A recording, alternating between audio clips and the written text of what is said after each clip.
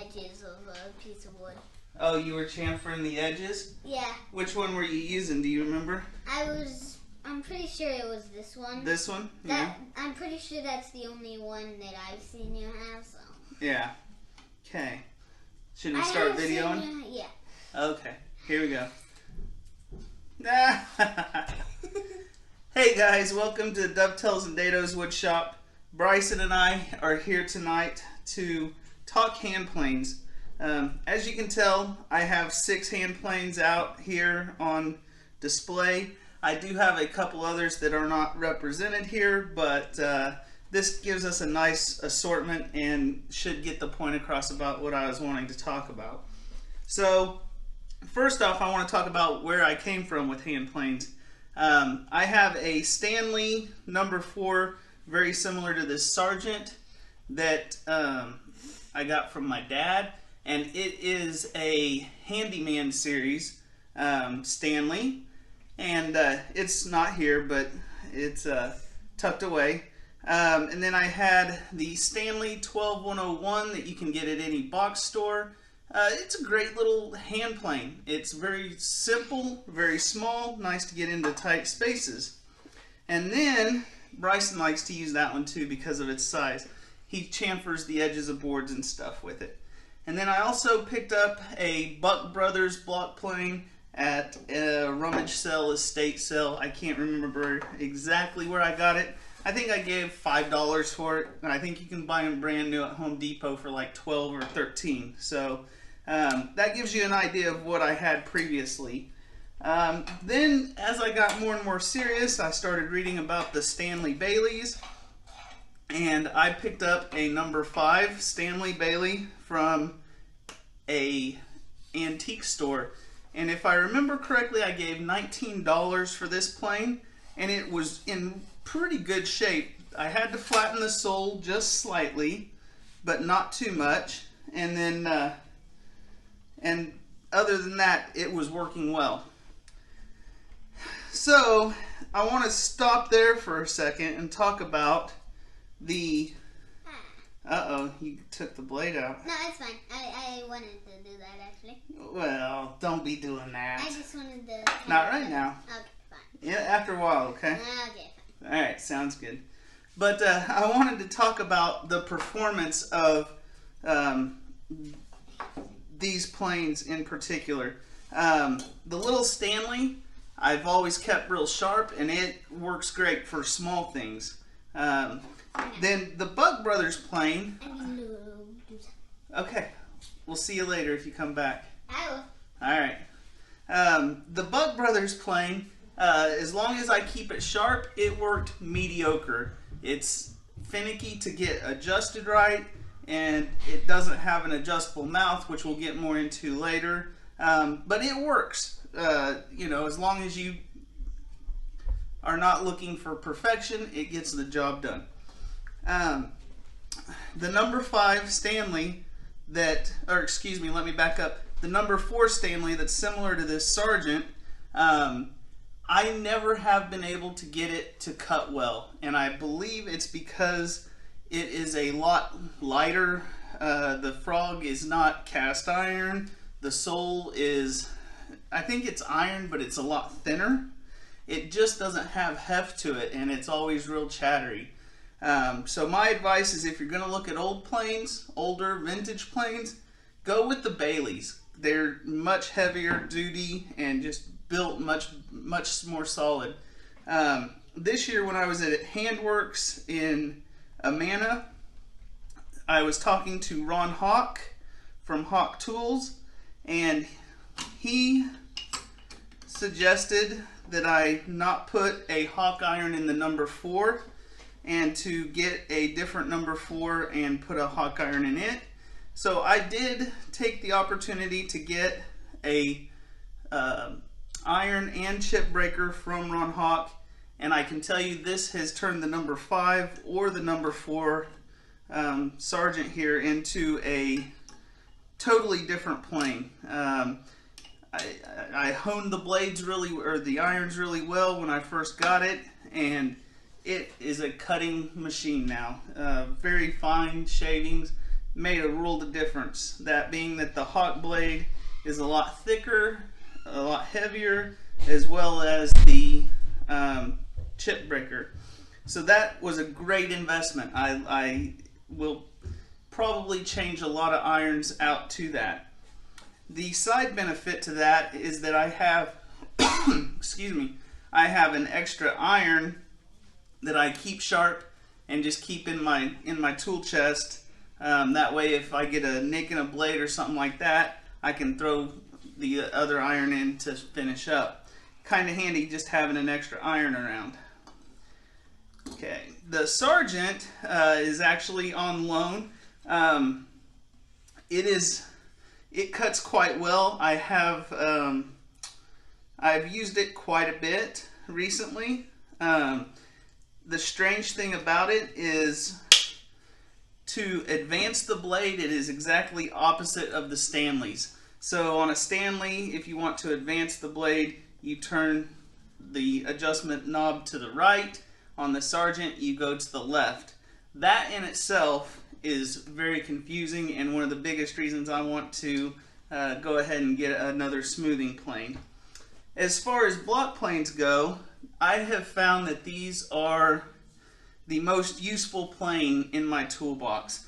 A little block plane you can use for so much. You know, the number 5 is great for starting the flattening process. Then you go down to a smoother. But then when you're getting close to putting the finishing touches on a project, the block plane becomes invaluable. I recently invested in the Lie Nielsen number 60, I believe, is what it is. It's got an adjustable mouth which helps tremendously with tear out. After about a month of using that, I went ahead and got the rabbiting version with knickers, and both of those planes I absolutely love. Now, given the fact that they are, let's just say they're a bigger investment than any of the other planes I have, I did go ahead and get the socks for them to protect them. And just great planes. Virtually nothing to be done to them. If you want to use it right out of the box, you can. I went ahead and honed the blades, and they work amazingly well. They have become the 60 has become just a workhorse, so I'm really enjoying that. Other than that, I think that covers the basics. So my advice to you, if you're looking at getting a vintage one, definitely go with the Bailey and be thinking about price while you're shopping for them, and thinking that you may want to go ahead and change out the chip breaker and the iron. The few things to look for: you don't want a lot of rust on it. You want to get one that's got a fairly flat sole. So if you have a straight edge, I wouldn't suggest taking a 24-inch ruler with you. But you know, just check it out at the store with something that's fairly straight so you can know what you're getting into before you buy it. Make sure the mechanics work well. That was one of the other things on the Stanley Handyman number 4 that just drove me crazy, is there was so much, I guess you would call it backlash in the mechanics, that it just didn't ever work right. And as soon as I'd start planing, the blade would back up. It just wasn't tight and clean, so that was kind of frustrating. The big thing for me is when I want to use a tool, I want to be able to grab it and use it and not fiddle with it for several minutes to get it cutting right. So that's my advice on looking at the vintage ones. When it comes to brand new planes, I highly recommend you spend the extra money and get either Lie Nielsen or Veritas. I've used both, and I prefer the Lie Nielsen a little bit. And when I think about it, I think about the heirloom qualities. These are tools that will should last forever. And with me having 3 boys, hopefully they'll find use for them in the years to come. So anyways, if you have any questions about hand planes, feel free to shoot me an email or leave a comment in the comment section below. Thanks for watching, and we'll see you next time. Are you going to say bye? Goodbye. Goodbye.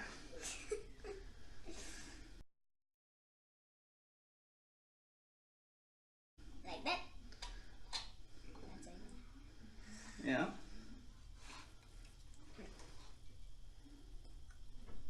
You want to chant for this board? Yep. Okay, let me take my planes off there. Oh, you gotta sit it on the side, buddy. Okay. And we'll go ahead and put these in their socks. Oh, they have socks? Oh. Whoop.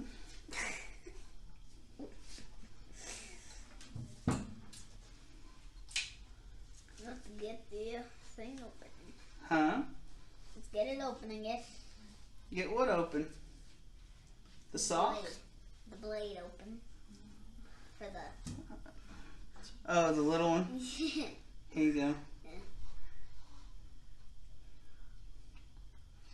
Alright, and you're going to want to plane this way. See how the grain goes? Plane this way. Like this. There you go. I'll hold it. Keep going.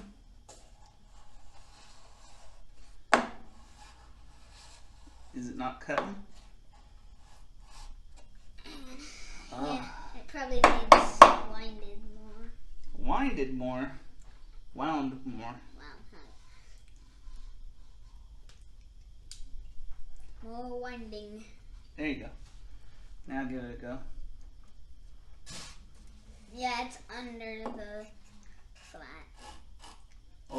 Oh, now she's cutting. Alright, go ahead. Do another pass. Make another pass. And you'll see. Oh my God. Make another pass. Oh. Oh. Don't put your hand in the way. There you go.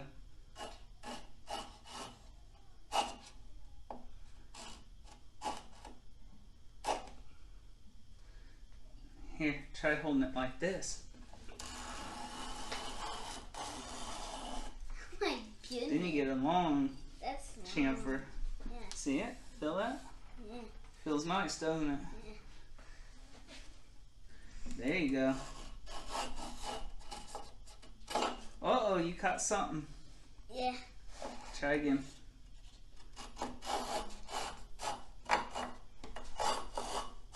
Very good. That was longer. Yeah, that was good shaving. She's cutting pretty aggressive now. Yeah. Yeah. Crazy now. It's crazy now. Jeez. These really get more done, I guess. Oh my.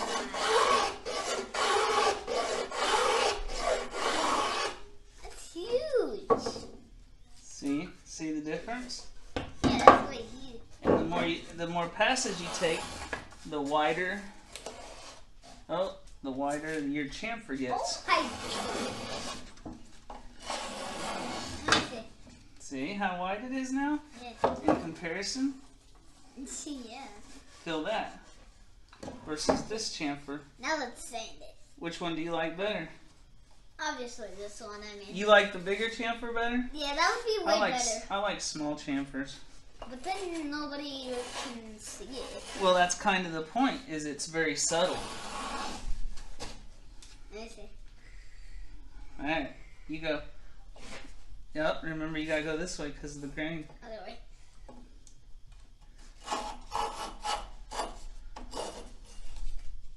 Hit. That was Hit. that was pretty good. Yeah. Should we shut this video off and go throw it up on YouTube?